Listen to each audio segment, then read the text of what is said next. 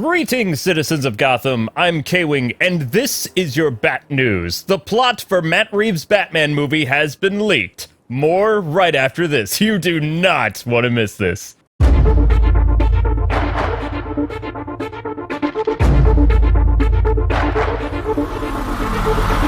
Holy plot leaks, Batman! You heard right, folks. Matt Reeves' synopsis and villains have oozed out onto the interwebs, and it holds a lot of legitimacy. Unless this script gets the axe too, but considering they're going to start filming soon, I don't think so. This might be the real McCoy. Still, take the following info with a grain of salt, alright? I don't want to get people's hopes up too much. So earlier reports were correct. The film will be loosely based on The Long Halloween, though mostly on its sequel, Dark Victory. And it will be a detective-driven murder mystery with Batman trying to stop a dangerous serial killer copycat. If you want to know more about The Long Halloween, you can listen to my lore video in the description. Anyway, several months after the holiday killer was apprehended, things began to go back to normal for Gotham. Well, aside from muggings, murder, conspiracy, criminal activities, and of course the Gotham Rogues, it was a normal time in Gotham until a new copycat killer starts bumping off people left and right. It's up to the Batman to uncover the mystery and find and stop this deadly mimic before it's too late. The scope and feel of the movie is said to be inspired by Dark Victory and Mask of the Phantasm, which in its own right is a murder whodunit story with a massive twist ending that blew people's minds. Even to this day, it was like, wow! Matt Reeves' The Batman 2021 film will star, of course, The Dark Knight, Alfred, James Gordon, Catwoman, and Penguin as the main leads. Though, get this, ladies and gentlemen, Robin is rumored to appear in the movie in some capacity. We don't know in what way yet, but considering Grayson played a huge role in Dark Victory, his inclusion would be very important, and omitting him from this adaptation would be a bad thing and change a lot of what Dark Victory was about. Also remove the heart of the story, because seeing young Robin working with Batman was kind of cool. Side characters will be Two-Face, the Mad Hatter, Firefly, and the Riddler, who played a key role in the story overall, but I'm not going to give you any spoilers. Batman will visit many iconic locations in Gotham City, such as Arkham, to question his famous rogues about the killings and other fun Gotham-y places. Originally, the film was rumored to mirror the Long Halloween story, and one draft actually did. But considering it's kind of an origin for Two-Face, they kind of scrapped that idea. Considering that most people still have Acart's tragic tale stuck in their head from Chris Nolan's epic The Dark Knight trilogy. One thing we keep hearing constantly about Matt Reeves' Batman is the focus will not be on origins, not even flashbacks for how characters got to be where they are. They're just those characters, because people know who these iconic characters are. He wants to show us a living, established, breathing Batverse, and I applaud that. So we can see more of the Bat Family characters in the future because WB wants to make that MCU Marvel monies. Although, I will admit, in the comics today, especially when a new writer comes along, they like to do a quick flashback about Batman's dead parents because maybe they hate parents and wish them dead, I don't know. But even the animated series, which is a legendary series, is guilty of doing this same thing on occasion. The only way that I will accept another Batman dead family flashback is if it involves what happens to Grayson's family. So in the movie, Robin's family would of course die and Bruce and Alfred would be at the circus, right? So after the Graysons have fallen to their death, Dick is kneeling on the ground beside them crying. Then, and only then, could you get away with a quick flashback of a broken Bruce Wayne kneeling by his parents' corpses in an alley sobbing, and then snap right back to Grayson in real time. And Bruce is kind of like, whoa, I am not going to let what happened to me ruin another child's life. I'm going to do something about this and hunt down this killer no matter what. So I know what you're thinking. K-Wing, why did you bring up Robin? No other outlet is talking about Robin. Again, just so you know, Grayson played a big role in Dark Victory, which this film is said to be adapted on. Matt Reeves does not hate Dick Grayson, unlike Snyder, who killed him. DC and Warner Brothers want a Bat Family movieverse so that they can make the monies. We've been over this. The Nightwing movie, which has been in development for years, is still many, many years away. But since this film takes place in the 90s, we could very well get an establishment of a young Dick Grayson before we see him in the Nightwing film, which would be good for Chris McKay's Nightwing movie and also good for Matt Reeves' Batman, essentially Dark Victory movie. And good for Warner Brothers because, hey, Robin, who's not Chris O'Donnell, yay! Plus, we're at a time now where people have grown up to love Robin, whether it was Tim Drake or, I don't want to say Damian. Don't make me say it. Dang it, I said Damian. But we're at a time now where people really love Robin. It's not the 60s anymore. It's not holy this, holy that. Robin is an iconic character that grew up to be Nightwing. He deserves some respect. Also, this movie is supposed to be in Batman's early years, so year 2 or 3, and Robin arrived during Batman year 3, if you didn't know that from all my lore stuff. If this film wasn't set in the 90s, I would love to have the copycat killer responsible for killing Tim Drake or Jason's parents, leading to more Robins later, and some other cool stuff that they could work with. But we already know that this movie takes place in the 90s, but I would love for them to, chuck that out the window and have it take place somewhere else, and have it be a different Robin, so that Nightwing can come in and mentor the newest Bat Orphan, since Bruce is, well, he's a jerky Bat Dad. Sorry, he is. But yeah, you watch. Robin will probably appear in this movie in some way. As for the Catwoman, well, there's an actress who has been expressing some interest, although I don't know how to say her name all that well, Aubrey Plaza, the current Chucky star, who wants to play Catwoman. Recently, she appeared on Colbert's show, similar to Sean Young, who wanted to play Catwoman in Batman Returns, who originally, she was the person who played Vicky Vale before Kim Basinger came in, after Young unfortunately had a tragic accident on set involving a horse, which was written out of the movie. There was going to be a cool horse chase scene where you can see the storyboard that originally had Robin. So it might be Sean Young's fault that Robin was kicked out of the Burton film, but probably not. Years later, when Batman Returns was going to be a thing, she showed up on the Warner movie lot dressed as Catwoman, and she also went on Letterman to announce that she was crazy about the role, and, well, she did some pretty crazy stuff, and we know that the role went to Michelle Pfeiffer. Anyway, Aubrey seems more tame in her interest of being Catwoman, but it's never good to announce your wish to play Catwoman on late-night talk shows. It doesn't seem to go all that well. There might be a curse around it, I don't know. Apparently, the lead actress for the role is none other than High School Musical star Vanessa Hudgenson, who may or may not make a bad Catwoman, but I have no opinion on her or Bruce Wayne until I see a trailer. I'm not saying anything negative till I see a trailer, because I will say this, both actors look the part of Bruce and Selina.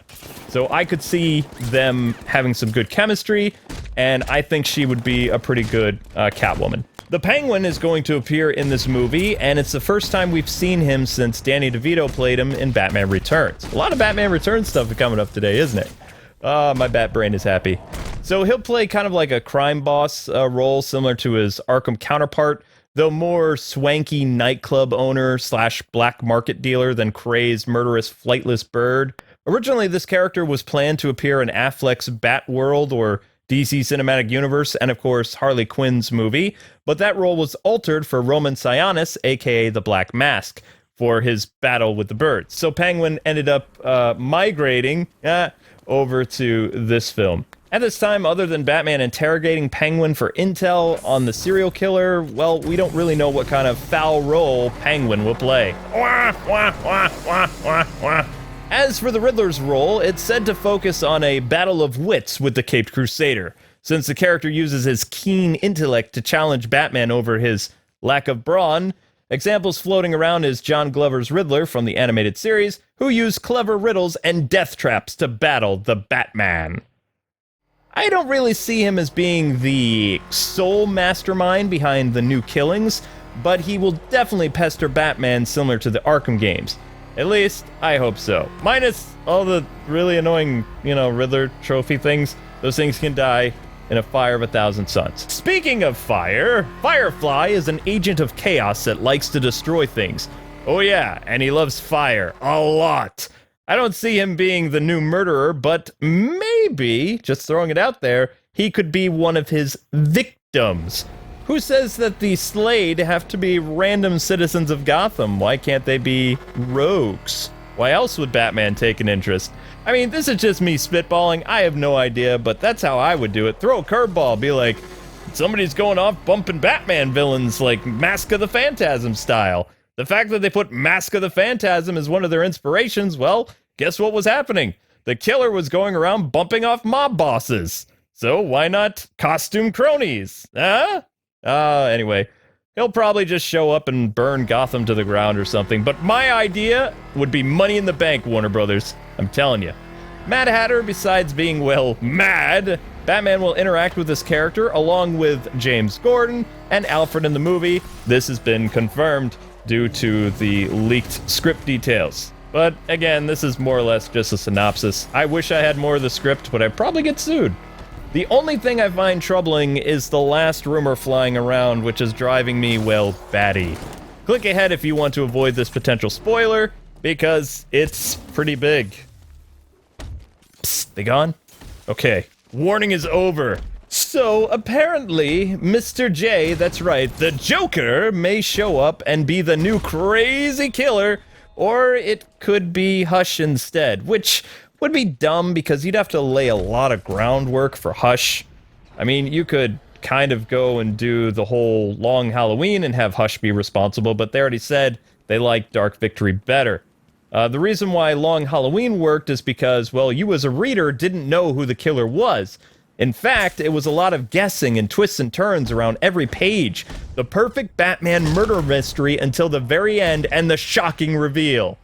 But since Two-Face is apparently in Arkham by this point in the film, which takes place after the Holiday Killer, his connection to the previous serial killer rules him out as the killie, or I don't know what you want to call him. So Joker, being the clown mastermind behind everything, would be perfect and a wild card, so to speak, especially if WB hid his reveal until later in the movie. That means no promotional material, no announcement, and the actor would have to be cool not getting a lot of spotlight until after the movie came out. That would be so cool. Similar to what Shazam did with the Shazam family in his movie that came out earlier this year.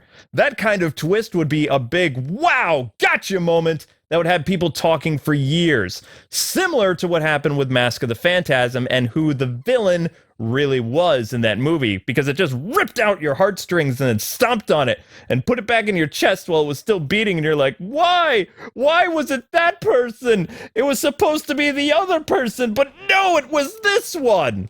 Also, Joker played a role in Dark Victory as well, like Catwoman, Riddler, Penguin, and Robin. And Hush, well, like I said, he doesn't work right now. But he could work in a later part of this trilogy, especially if they introduce Grayson, Jason, and more of the Bat family in order to have Hush run around in a very big, open, Gotham-y place with lots of Bat family people. The actor rumored to be in the running for Matt Reeves' Batman as the Clown Prince to the Battinson's Dark Knight is, get this, Macaulay Culkin. Yes, the Home Alone kid. I don't know what to think about this. As of right now, Macaulay Culkin has not said anything on the subject, and if he is cast, well, he's not going to talk about it, and he's going to be dodging questions left and right. But I'm just saying this. He would make a great addition to this cast as the surprise Joker. Wow, well, that was a lot to go over, wasn't it? All in all, I think this is going to be a fantastic Batman movie, and who knows, it could turn out the way I talked about.